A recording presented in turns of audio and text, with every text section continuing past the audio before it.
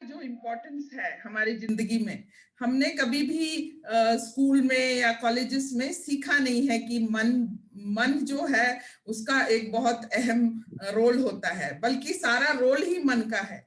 इसके बारे में बहुत कम जानकारी हमें मिली हुई है और हम डिफॉल्ट मोड में जो है वो जिंदगी जीते हैं। हमने जो भी सोचा है वो सब बहुत कुछ डिफॉल्ट मोड में होता है। तो हमें अभी समय आ गया है जब हम डिफॉल्ट मोड में न जी के एक कॉन्शियस मोड में आके जिए। तो कॉन्शियसनेस का मतलब ही ये होता है कि हम जान मुझ के, जैसे सोच समझ के अपना सारा डिसीजन ले और अपनी जिंदगी के बारे में और अपने बारे में दूसरों के ऊपर निर्भर ना होके अपने खुद ही डिसाइड करें।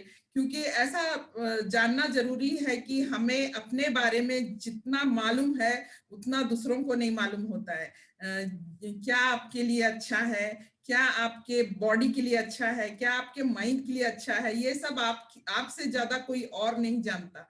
इसलिए बहुत जरूरी है कि आप मन का प्रवृत्ति कैसा है, क्या मन होता है, कैसे ये एस्टैब्लिश होता है, और ये मन धीरे धीरे कैसा बड़ा होता है, कैसे हमें परेशानी देती है, कैसे हमें सुख भी मन ही देता है।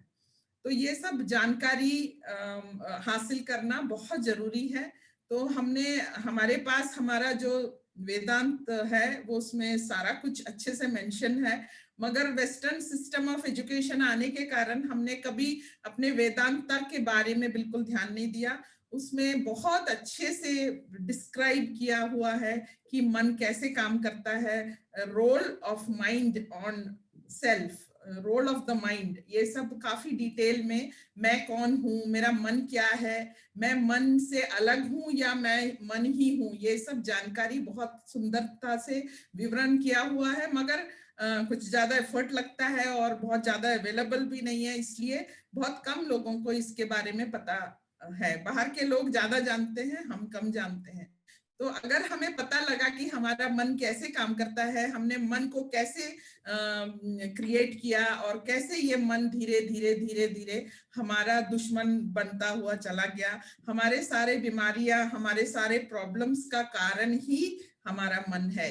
तो ये अच्छे से समझने के लिए ये सेशंस है। और जैसे जैसे आपको मन के बारे में धीरे धीरे जानकारी मिलती रहेगी, आपको लगता रहेगा कि सारे आपके लाइफ से प्रॉब्लम्स चले गए हैं, क्योंकि हर सिचुएशन को कैसे हैंडल करना है आप जान जाएंगे।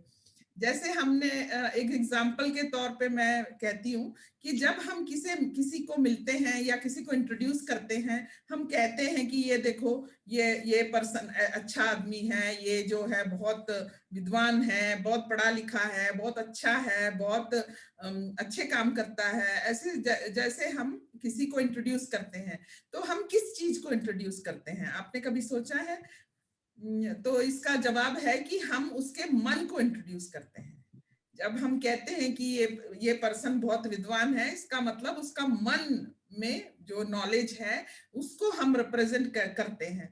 तो एक इंसान का रिकॉग्निशन और रिस्पेक्ट सब कुछ उसके मन से होता है। इसलिए मन को जानना, मन को एक सही दिशा देना और मन को ऑर्गेनाइज्ड रखना और उसका पूरा फायदा उठाना, ये आपके हाथ में है। तो इसको कैसे करना है, ये जो है मैं आप लोग को बड़े संक्षेप में, बड़े सिंप्लीफाइड मैनर में समझाऊंगी। तो आप अपने पर्सनल लाइफ में भी इसको फॉलो कीजिए और आपको पता लगेगा कि कैसे धीरे धीरे जस्ट समझने से ही आपको धीरे धीरे अपने लाइफ के सारे पर्सनल, प्रोफेशनल, एनवायरमेंटल जो भी प्रॉब्लम्स है अपने आप सॉल्व होते हुए दिखाई देगा।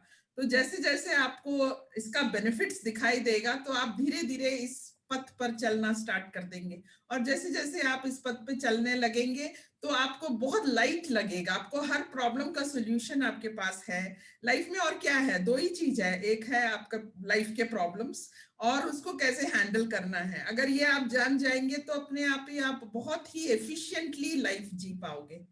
तो वो प्रॉब्लम्स कहीं भी हो सकते हैं, आपके पर्सनल प्रॉब्लम्स हो सकते हैं, प्रोफेशनल प्रॉब्लम्स हो सकते हैं, नॉलेज इश्यूज हो सकते हैं कि हमें कुछ जो चीज जानकारी होना चाहिए वो नहीं मालूम है। ये सब काम जो है ये मन ही करता है। तो सबसे पहले आपको समझना बहुत जरूरी है कि मन को एक इंस्ट्रूमेंट के तरीके से देखना है, मन को एक इंस्ट्रूमेंट जैसे देखना है। जैसे आपने मोबाइल खरीद लिया, अगर आपको मोबाइल के साथ एक मैनुअल कभी नहीं दिया गया तो बहुत मुश्किल होगा आपको उसे यूज करने के लिए। आप कुछ गलत दबा देंगे, कुछ जोर से दबा देंगे, कुछ टूट जाएगा, फिर आप उसको रिपेयर करके यूज करेंगे तो इसका जो एफिशिएंसी है वो बहुत कम हो जाता है। तो इसीलिए बहुत जरूरी है कि हमें मन को कैसे यूज करना है, इसका एक मैनुअल जरूर होना चाहिए। और एक्चुअली जो परमात्मा है उसने मैनुअल जरूर दिया है, मगर मैनुअल को अंदर ही जो है वो इम्प्लांट किया है, वो जो एम्बेडेड सिस्टम्स करके भेजा है। तो बहुत जरूरी है कि वो इधर आप पर्सनली जाके पता करें, वो भी मुश्किल नहीं है। अगर आप कुछ समय silence, stillness and solitude means अकेलापन, थोड़ा साइलेंस, बातें कम, अपने 5 इंद्रियों को थोड़ा काबू में करके साइलेंस मेंटेन करो और स्टिलनेस ऑफ बॉडी। आप जितना हिलोगे डुलोगे उतना ज्यादा आपका मन में जो मन में भी डिस्टरबेंस आता है। तो इसलिए आप ये 3 प्रकार से आप जैसे जैसे कोशिश करोगे तो आप खुद अपने एफर्ट से ही आप अपने बारे में, अपने मन के बारे में जान सकते हैं। मगर अगर वो होना मुश्किल है तो हम इसके लिए क्लासेस लेते हैं जहां पे आपको बहुत सिंप्लीफाई करके बता देते हैं कि अच्छा ऐसे करो। तो आपको एक एक स्टेप जैसे सिंप्लीफाई करके टूल्स देते हैं, तो आपको वही जो बेनिफिट मिलता है वो जरूर मिलेगा। और बहुत जरूरी है मन के बारे में जानना, क्योंकि समय आ चुका है, अभी डिफॉल्ट मोड में जीना बहुत मुश्किल है। बहुत लोग गलत आपके बारे में सोचेंगे, बहुत गलत चीजें आप you invest your money in the wrong places, आप गलत मेडिसिन खा लेंगे, गलत इंजेक्शंस ले लेंगे, गलत तरीके से जिएंगे, आप गलत नजरिया रखोगे, तो ये सब आपको बहुत ज्यादा नुकसान पहुंचाएगा। तो इसलिए अब समय आ गया है जब आप अपने मन के बारे में ज्यादा से ज्यादा जाने। तो coming back to the point, so मन जो है वो कैसा डेवलप होता है। हम जब पैदा होते हैं, मैंने पिछले बार भी कहा था, बट वंस अगेन, अभी आप 2 बार 3 बार अटेंड किए हैं तो जल्दी आपको समझ में आ जाएगा। तो जैसे हम पैदा होते हैं हमारे पास बहुत छोटा मन होता है, वो छोटे मन में बस इतना ही कुछ मालूम होता है कि ये हमारे पिता है, माता है, और हमें भूख लगी है या हमारे को कोई डिस्कम्फर्ट है, ताकि हमें गंदगी से हटा दिया जाए, बस इतना ही कुछ मालूम होता है। धीरे धीरे 5 इंद्रियों से जो होता है डेटा अंदर जाता रहता है, जो आप देखते हैं, जो आप स्मेल करते हैं, जो आप टेस्ट करते हैं, जो आप सुनते हैं, वो सारा जाके अंदर एक डेटाबेस बन जाता है। तो ये डेटाबेस जो है वो डिफॉल्ट में मोड में जाके बनता है, जो बाहर से बाय डिफॉल्ट जो भी आता है, टीचर्स कुछ कहते हैं या बड़े लोग जो कुछ कहते हैं, जो आप न्यूज देखते हैं, जो आप बुक्स पढ़ते हैं, इस तरीके से सारा जो डेटा है अंदर जाके, जो डेटा बेस जाके सेट हो जाता है सबकॉन्शियस माइंड में। और ये आपकी वृत्तियां, आप जैसे बिहेव करते हैं, ये इसके कारण होता है। ये जो डेटा अंदर जाके डेटाबेस बना हुआ होता है, जिसको हम बिलीव सिस्टम बोलते हैं।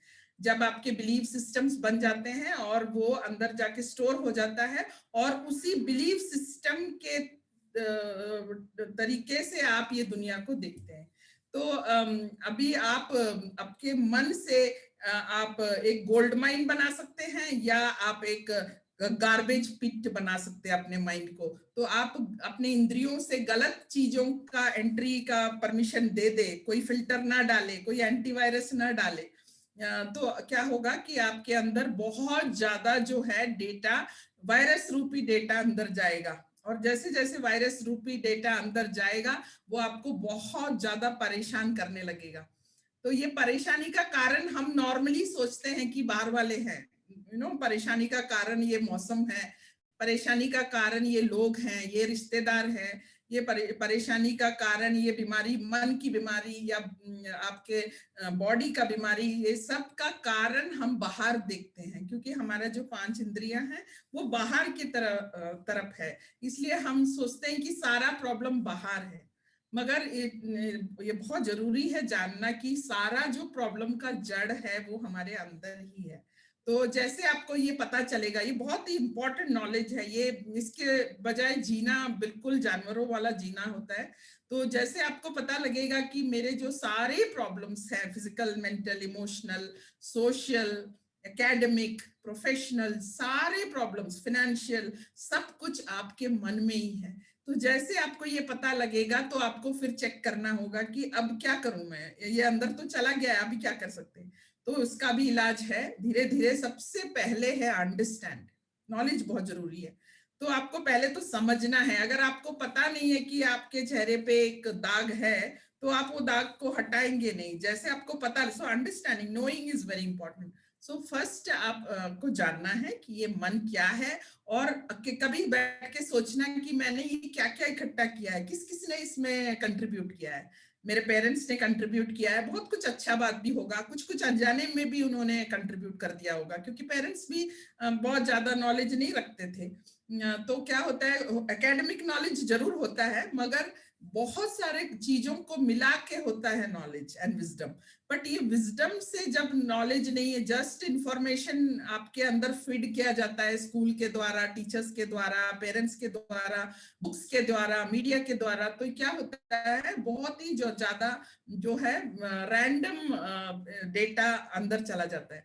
तो जो ये रैंडम डेटा है ये बहुत ही हार्मफुल होता है। कभी कभी ये आपके बिल्कुल संयोग में नहीं रहता, आपके लिए कुछ अच्छा सोचता भी नहीं है।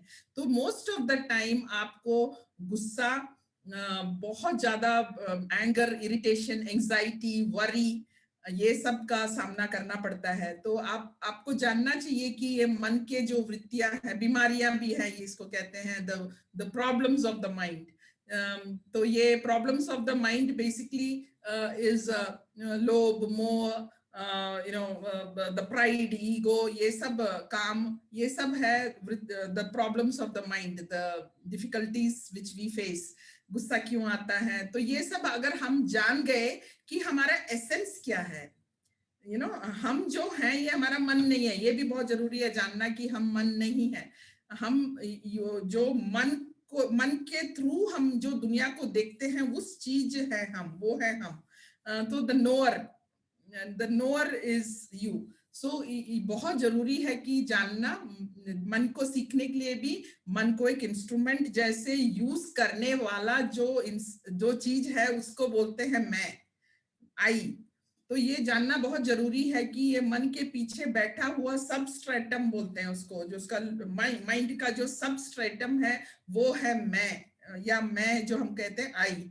तो ये जो आई कौन है, और ये मन से अलग है, ये भी जानना बहुत जरूरी है कि हम मन नहीं है, हम ये बॉडी नहीं है, हम ये इंटेलेक्ट नहीं है, we are not the intellect, we are not the body, we are not the mind, but we are something bigger than all these things who uses this as instrument। इसको हम एक instrument के रूप से उपयोग करते हैं। तो ये जानकारी itself will take you to the next level। तो हमें बहुत ज्यादा पावर आ जाता है, हमें लगता है कि अच्छा, इसका मतलब ये इंस्ट्रूमेंट है, इसको तो हम सोच समझ के उपयोग कर सकते हैं।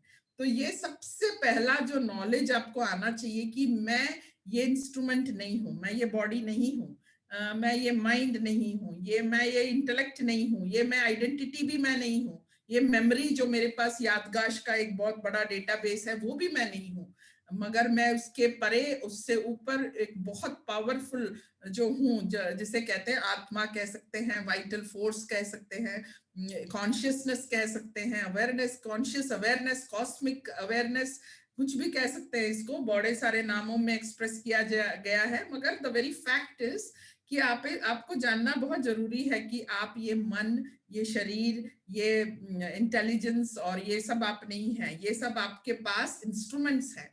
और जैसे आपको पता लगा तो फिर उसका मैनुअल खुद ब खुद अंदर से आपको निकालना है। तो आपको मेहनत करना है, बैठ के आप मेडिटेट करोगे, मन को शांत करोगे और टर्बुलेंस कम करोगे, मन का विचार कम आने शुरू हो जाएंगे, तो अपने आप को नजर आने लगेगा कि आप एक्चुअली क्या हैं। और जैसे जैसे आपको ये नॉलेज मिलता चला जाएगा और एक्सपीरियंस आता चला जाएगा, आपको धीरे धीरे आपके लाइफ के ऊपर कंट्रोल आना शुरू हो जाएगा, मन के ऊपर कंट्रोल आना शुरू हो जाएगा, और आपको लगेगा कि आप जो चाहते हो वैसे ही सब कुछ हो रहा है। तो जो चाहने वाला कौन है, जो पीछे जो बैठा है वो चाहने वाला कौन है, तो उसके ऊपर उसको काफी एम्पावर हो जाएगा। वो पीछे जो बैठा हुआ जो चाहता है कि लाइफ बढ़िया हो, सुखमय हो, खुशी भरा हो, हेल्दी हो, फुलफिल्ड हो, और एकदम पक्का सब कुछ जानबूझकर जीने वाला इंसान हो, ये सब जो चाहने वाला जो पीछे बैठा है वो मन के पीछे होता है। तो पर मन तो आपने नहीं क्रिएट किया, आपने वो मन को किसी और को क्रिएट करने, यू हैड नो चॉइस, क्योंकि आप छोटे थे तो आपको डिसीजन आपके हाथ में नहीं था कि मन को कैसे डायरेक्ट किया, प्रिपेयर किया जाए।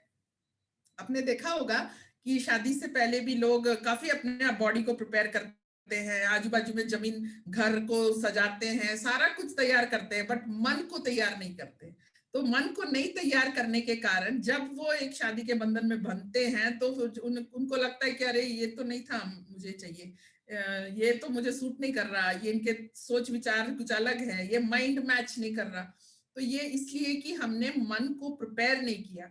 अगर शादी से पहले या इवन उम्र जब बढ़ जाता है या प्रोफेशनल बनते हो, तो अगर एक कंपनी में भी जब आप ज्वाइन करते हो तो पहले से अगर मन को प्रिपेयर कर दिया जाए कि एक अच्छा एम्प्लॉय का क्या क्या कैरेक्टरिस्टिक्स होता है, कैसे आपको ज्यादा से ज्यादा वैल्यू ऐड करना चाहिए कंपनी में जाके, ये सब आपके मन को प्रिपेयर कर दिया जाएगा तो आप आसानी से एक कंपनी में जाके अच्छा प्रोडक्टिव बनोगे, अच्छे से आप काम करोगे और अच्छा आप अपने जितना आपसे हो सकता है वो जरूर आप दे सकोगे। मगर हम नॉर्मली जो होता है ये सब बात जानते नहीं है, हम कोई भी कंपनी में जाके ज्वाइन कर लेते हैं, बाद में रियलाइज होता है कि ये हमें ठीक नहीं है, ये यहाँ से जाना चाहिए। तो आप देखोगे कि बहुत ज्यादा टर्नओवर होता है कंपनी में, कुछ 1 महीना, कोई 6 महीना, आईटी कंपनीज में तो लोग बस 6 महीना से ज्यादा रुकते नहीं है, बहुत कम लोग रुकते हैं।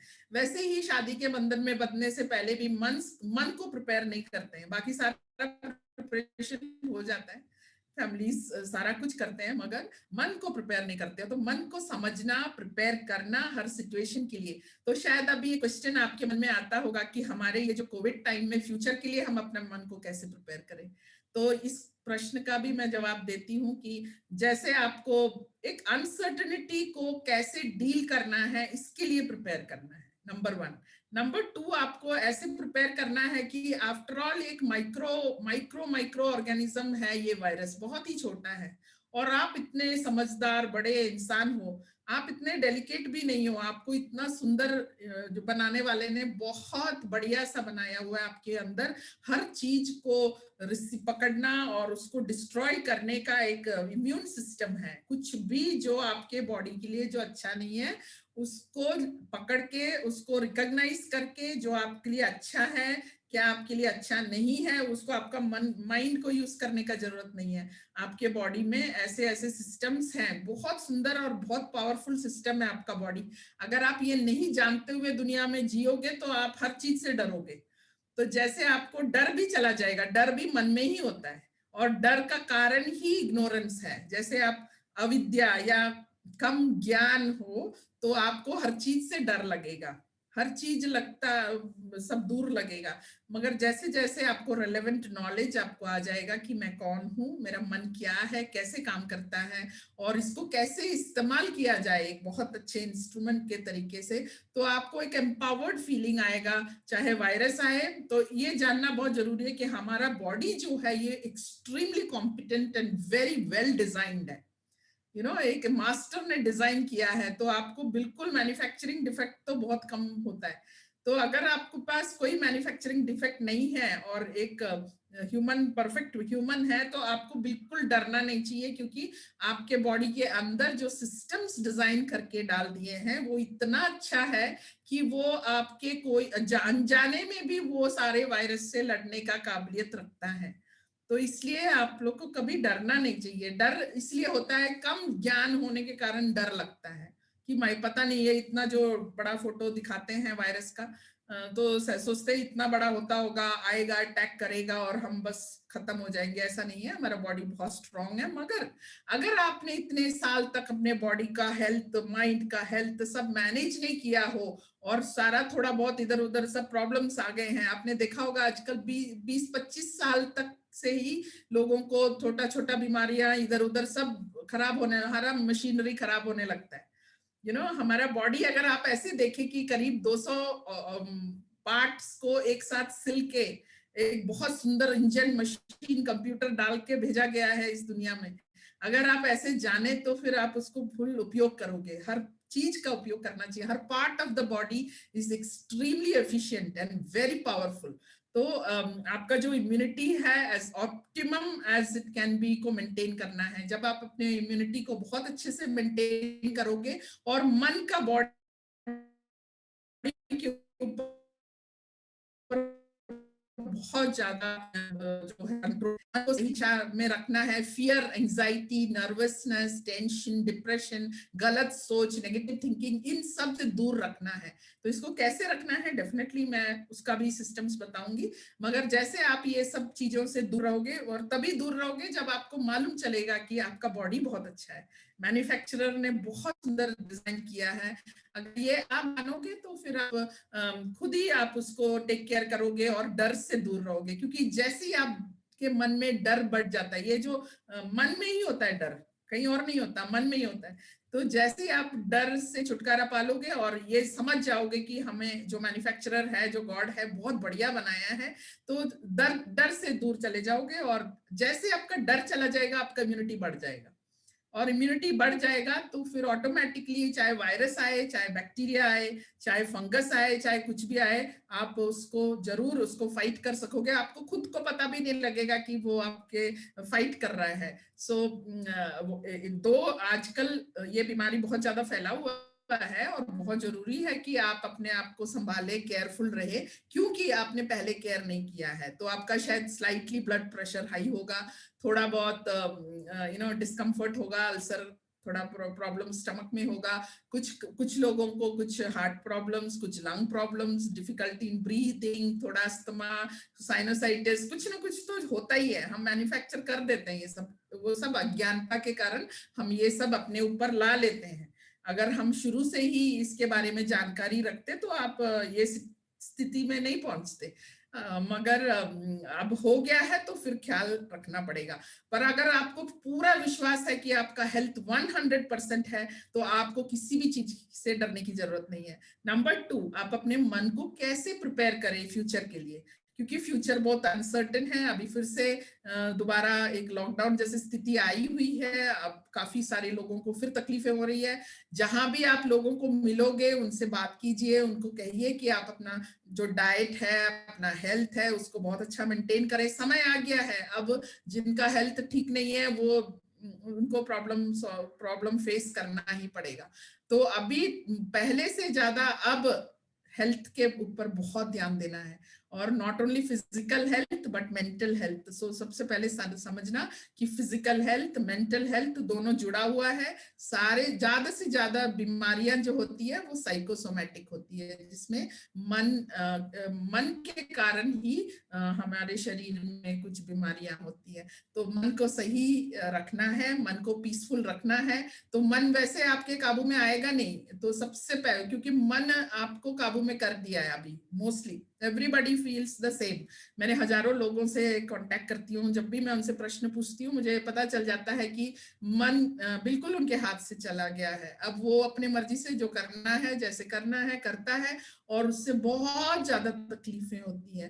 तो सो इसलिए अब समय आ चुका है। अब हम उसे ऐसा ढील नहीं छोड़ सकते हैं, अभी रिस्पॉन्सिबिलिटी लेना पड़ेगा। आप डॉक्टर के ऊपर और सारे काउंसलर के ऊपर निर्भर नहीं रह सकते हैं, आपको अपना रिस्पॉन्सिबिलिटी खुद लेना है। Every individual should take the responsibility of their own mind. नहीं तो बस सिंपली आप डॉक्टर के पास जाके बैठ गए, वो जैसा बोला वैसे कर दिए, जैसा खाना कर दिया, ऐसा नहीं। अब आपको अपना रिस्पॉन्सिबिलिटी, अब समय आ गया है जब you should remember that life is an individual phenomena. मेरा जिंदगी का जो रास्ता है वो मुझे ही तय करना है, और सारा रिस्पॉन्सिबिलिटी मेरे पास है। तो ये बहुत एम्पावरिंग भी है और थोड़ा मेहनत भी करना पड़ेगा। तो इसलिए मेहनत करने के लिए तैयार हो जाओ। बहुत अच्छा है ये मेहनत, क्योंकि अपने ऊपर ही कर रहे हो, दूसरों के ऊपर नहीं। और जैसे जैसे आप अपने ऊपर मेहनत करोगे तो आपको उसका फल बहुत जल्दी दिखाई देने लगेगा। तो इसलिए तो फिर आप धीरे धीरे उसी रास्ते में चल पड़ोगे। ये मैं अपने पर्सनल एक्सपीरियंस से कह रही हूँ, क्योंकि जब तक इंसान को पर्सनल एक्सपीरियंस नहीं होता है तो बोरोड इंफॉर्मेशन से जब हम दूसरों को कुछ बताते हैं वो इतना इफेक्टिव नहीं होता।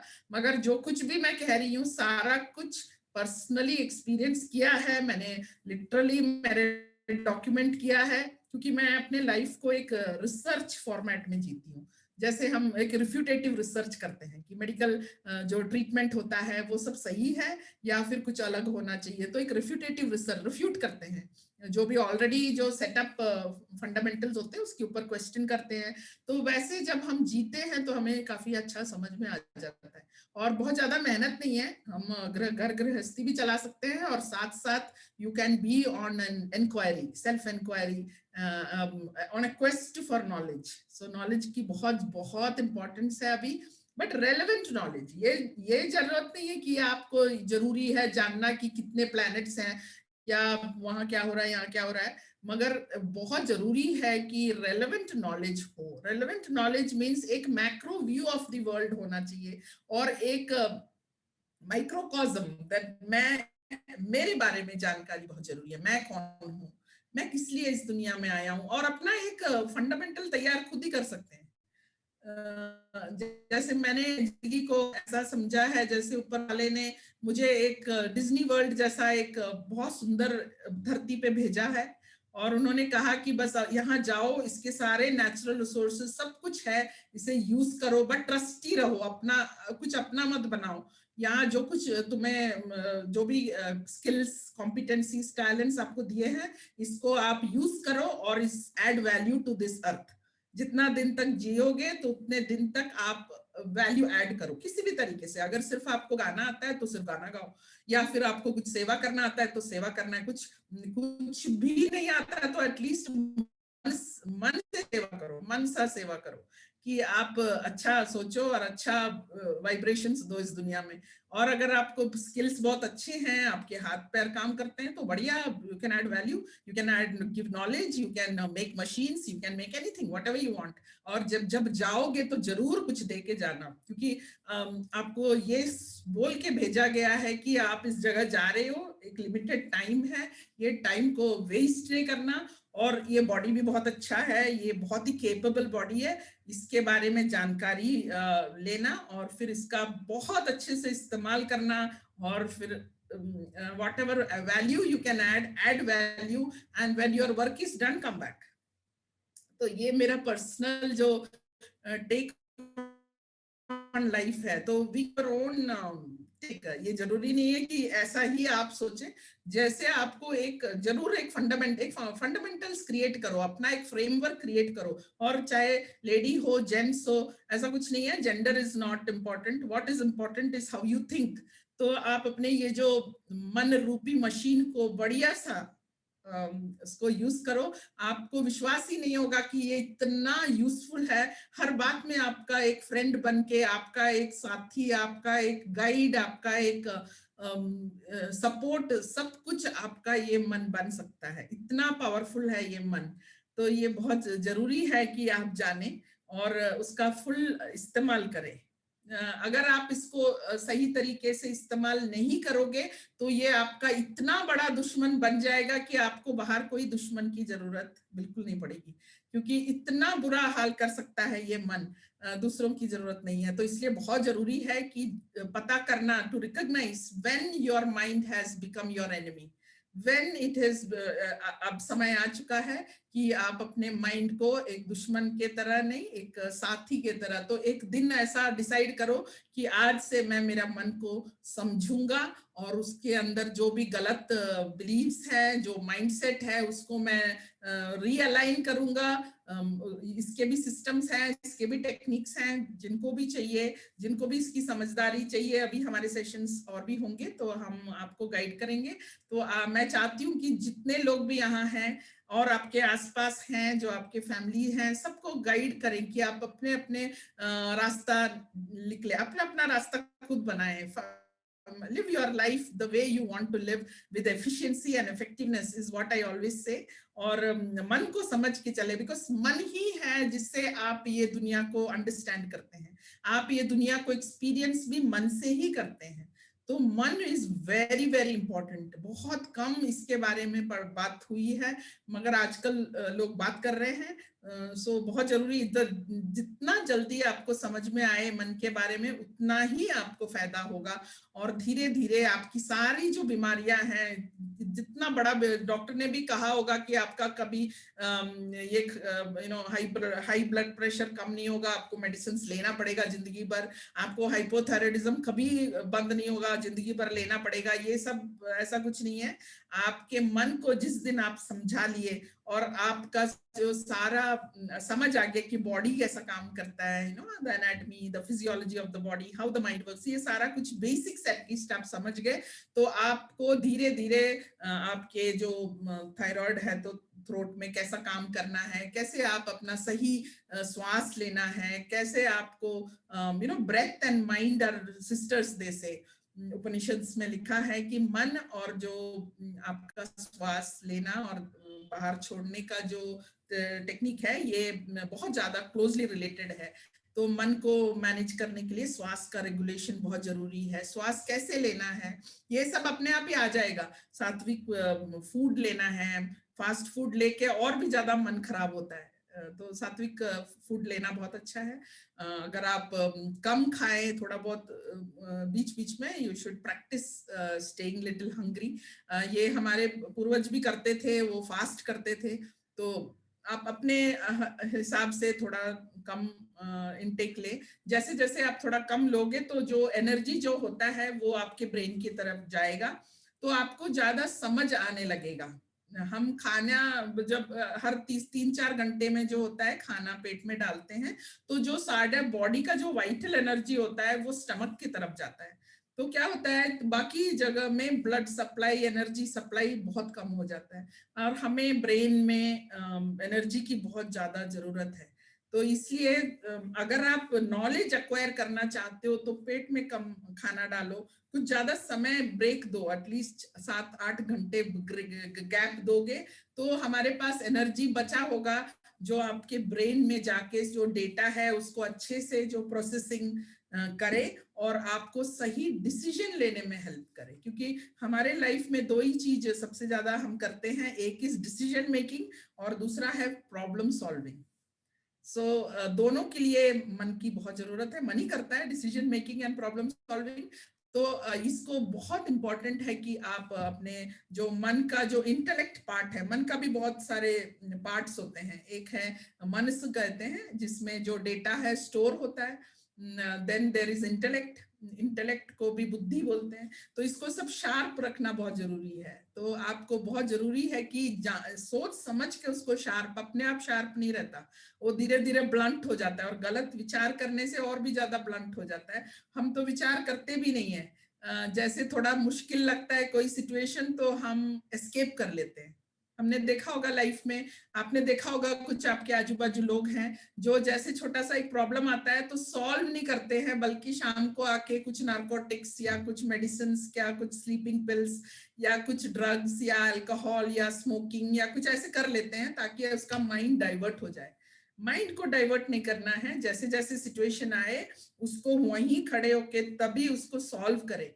और जैसे जैसे आप सॉल्व करोगे तो आपको लगेगा कि मेरा माइंड जो इंटेलेक्ट है, इंटेलेक्ट मन का ही एक एक पार्ट है, सो वो ज्यादा ज्यादा काम करने लगेगा। तो जो भी चीज आपके पास है उसको यूज नहीं करेंगे तो वो बिल्कुल ब्लंट हो जाएगा।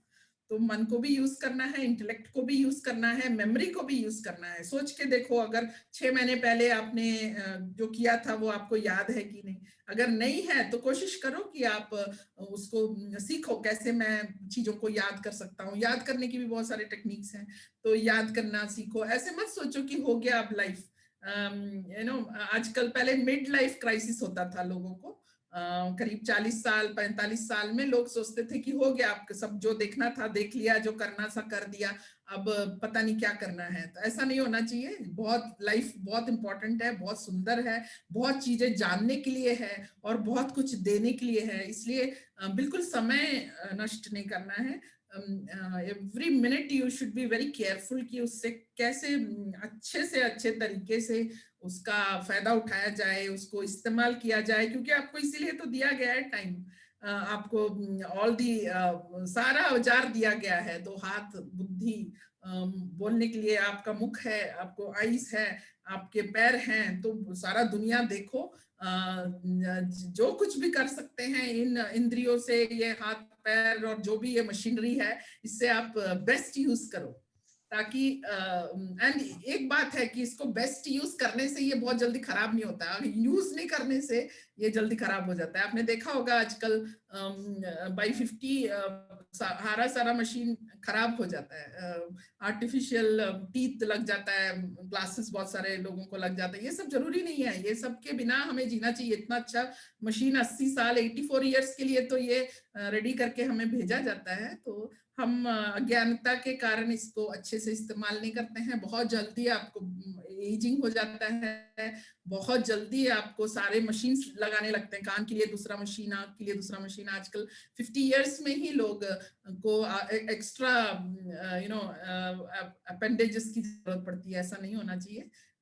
और इवन इफ हो चुका है तो अभी उसको भी you can use your mind to get rid of those extra additional attachments.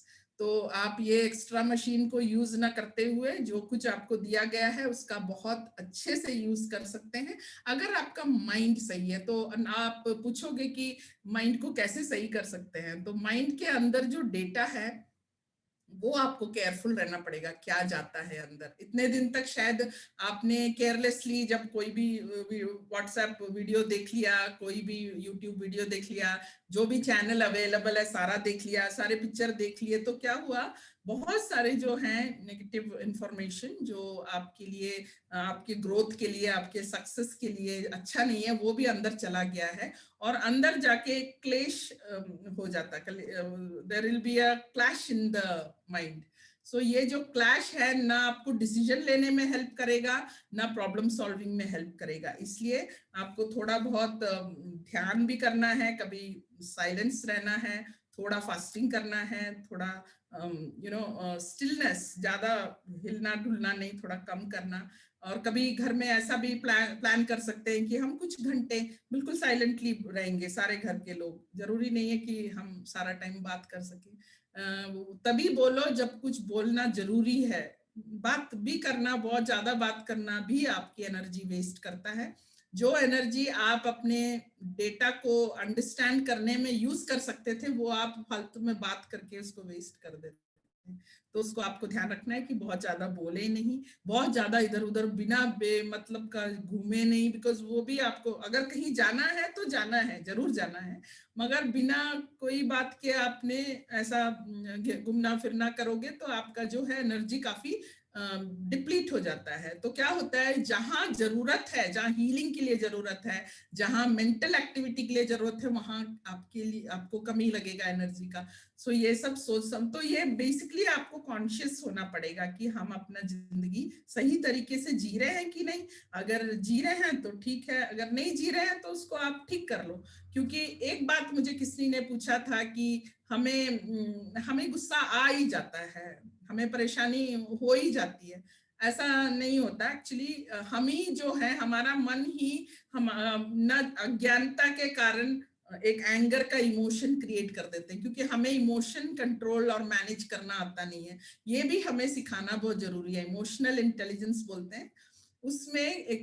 कैसे एंगर क्यों आता है, बहुत सारे लोगों को ये भी नहीं पता, वो कहते हैं कि अंदर से आ जाता है, मगर एंगर भी हमारा ही क्रिएशन है, हमारा मन का ही क्रिएशन है। क्योंकि हमारे पास जो बिलीव्स हैं वो बहुत ही गलत है, और हम बहुत सारा डिजायर रखते हैं। डिजायर मीन्स इच्छा बहुत ज्यादा रखते हैं, और जितना ज्यादा आपका इच्छा होगा और कोई उसको ऑब्स्ट्रक्ट करेगा तो आपको बहुत गुस्सा आएगा। तो आपको ये समझना चाहिए, जैसे आपको समझ में आ जाएगा कि मेरे इच्छा, मेरे डिजायर के कारण ही, मेरे डिजायर को ऑब्स्ट्रक्ट करने के कारण ही मुझे गुस्सा आता है, तो हमें डिजायर को थोड़ा कम कर दो, तो ऑटोमेटिकली ऑब्स्ट्रक्शन होगा तो भी गुस्सा नहीं आएगा। और तो गुस्सा आना अपने आप नहीं होता है, हम खुद गुस्सा होते हैं। सो सारा जो नेगेटिव इमोशंस हैं हम ही क्रिएट करते हैं, मगर सिर्फ हमें अच्छे से अपना खुद का परिचय अच्छा नहीं होता है, इसलिए हम सोचते हैं कि दूसरे हमें गुस्सा दिलवाते हैं। ये सारा जो मैंने कहा है सब कुछ मन का ही खेल है, मन का ही काम है। सो मन को जानो, मन को सही दिशा दो, मन को डायरेक्ट करो और अपने बॉडी और माइंड और इंटेलेक्ट को बड़े अच्छे से इस्तेमाल करो। सक्सेस, वेलबींग, हेल्थ, सब कुछ आपका होगा। There will be absolutely no problem and you will feel that आपका हेल्थ बिल्कुल सुधर गया, आपके जो बहुत सारे अपॉर्चुनिटीज आपको दिखने लग गए, क्योंकि मोस्ट ऑफ द टाइम हमें अपॉर्चुनिटीज नहीं दिखता, दैट इज व्हाई पॉवर्टी होता है। तो गरीबी भी मन में ही होता है, गरीबी का कारण भी मन है, क्योंकि हमें अपॉर्चुनिटीज दिखता नहीं है, क्योंकि हम हमारा सोच एक पर्टिकुलर टेक्निक टाइप का होता है। तो हमें लगता है कि हमें कोई अपॉर्चुनिटी घर में लाके देंगे तो हम जाएंगे, या फिर हमारे जो सूटेबल है, हमारा जो ईगो को सूट करता है, हम सिर्फ वही करेंगे। ऐसा कुछ गलत सोच के कारण पॉवर्टी आता है। तो ये सब nothing but knowledge about mind and how to use the mind. और जैसे आप सीख जाओगे तो प्रॉस्पेरिटी तो आपके पास ही रहेगा, क्योंकि money always comes if you can add value. और बहुत जरूरी है कि आपको अपने आप को बहुत कॉम्पिटेंट रखो, हर चीज करने की काबिलियत रखो, कुछ आउटसोर्स मत करो। जैसे आप सब कुछ आउटसोर्स कर देते, हमें लगता है कि हम बहुत अच्छा कर रहे हैं, बट एक्चुअली हम बहुत कमजोर हो जाते हैं। हर चीज को आउटसोर्स करना, अगर घर में कुछ खराब हो जाता है तो उससे थोड़ा बहुत रिपेयर करो, ताकि आप अपने इंटेलिजेंस को शार्प रखें। नहीं तो आप बिल्कुल ही अर्बन क्लैप को बुला लो और कर दो, तो आपका इंटेलिजेंस कभी यूज नहीं हुआ। तो क्या होगा, जब एक्चुअल आपको रिक्वायरमेंट होगा आपका इंटेलिजेंस का, तब वो आपको काम नहीं आएगा। तो इतना बहुत जरूरी है कि जितना ज्यादा हो सकता है अपने ऊपर रिस्पॉन्सिबिलिटी ले लो, बहुत ज्यादा रिस्पॉन्सिबिलिटी, और अच्छा ही है। आपका हेल्थ भी बढ़िया रहेगा, आपका शार्पनेस रहेगा, और जैसे जैसे आपका माइंड शार्प रहेगा, आपका इंटेलेक्ट बहुत अच्छा काम करेगा, तो आपको हर प्रॉब्लम का सॉल्यूशन बड़े आसानी से दिखाई देगा। तो कभी भी आपको डर, वरी, टेंशन, नर्वसनेस ये सब नहीं होगा। तो ये सब बहुत जरूरी है जानना। आई होप मैंने अपना हिंदी में मैंने बहुत कोशिश की कि ज्यादा से ज्यादा हिंदी में बात करूं, और मैं चाहती हूँ कि आप लोग अपने लाइफ में इसको इम्प्लीमेंट करें, और डेफिनेटली आई कैन गारंटी कि आपको फायदा होगा, क्योंकि मुझे फायदा हुआ था। और मैं चाहती हूँ कि ज्यादा से ज्यादा लोग को इस नॉलेज की फायदा हो। और आपके पास कोई भी प्रश्न है आप जरूर पूछिए, बिकॉज जैसे जैसे आप प्रश्न पूछने लगेंगे लाइफ में, आपका अंडरस्टैंडिंग बहुत डीप होता चला जाएगा। तो आप जरूर प्रश्न पूछिए, तो मैं जरूर आपको आंसर करूंगी, और मैं अपने तरफ से पूरी कोशिश करूंगी कि I can answer questions, because मैंने भी लाइफ में क्वेश्चन पूछ के ही स्टार्ट किया था। Quest for knowledge and inquiry से ही लाइफ स्टार्ट किया था। तो समय लग गया, मगर समझ में आना शुरू हो गया है, और उसका बहुत ज्यादा बेनिफिट महसूस करती हूँ, इसलिए मैं इसको शेयर करना चाहती हूँ ज्यादा से ज्यादा लोगों के साथ। So I'm leaving it open for questions. If you have any questions, please ask. Madam मैं महिपाल बोल रहा हूँ। हाँ जी। अभी एग्जाम का टाइम है और काफी बच्चों को लर्निंग में ना थोड़ा डिसेबिलिटीज होती है, तो अच्छा, कुछ टिप्स देना चाहेंगे वो किस तरह से याद कर पाए बच्चे लोग? याद कर पाए। अच्छा, तो बहुत बढ़िया, ये एग्जाम का समय है, और जो कुछ भी है उनका मन का ही काम है जो करते हैं। तो जो अटेंशन होना बहुत जरूरी है, अटेंशन। तो डिस्ट्रैक्शन किस कारण से हो रहा है, तो उनको सिखाना जरूरी है कि वो डिस्ट्रैक्ट ना हो। और जैसे उन्होंने एक टाइम टेबल बनाना बहुत जरूरी है, क्योंकि आजकल तो वर्चुअल क्लासेस हैं, थोड़ा सा डिसरप्शन हुआ है सारा जो पढ़ाई का सिस्टम में।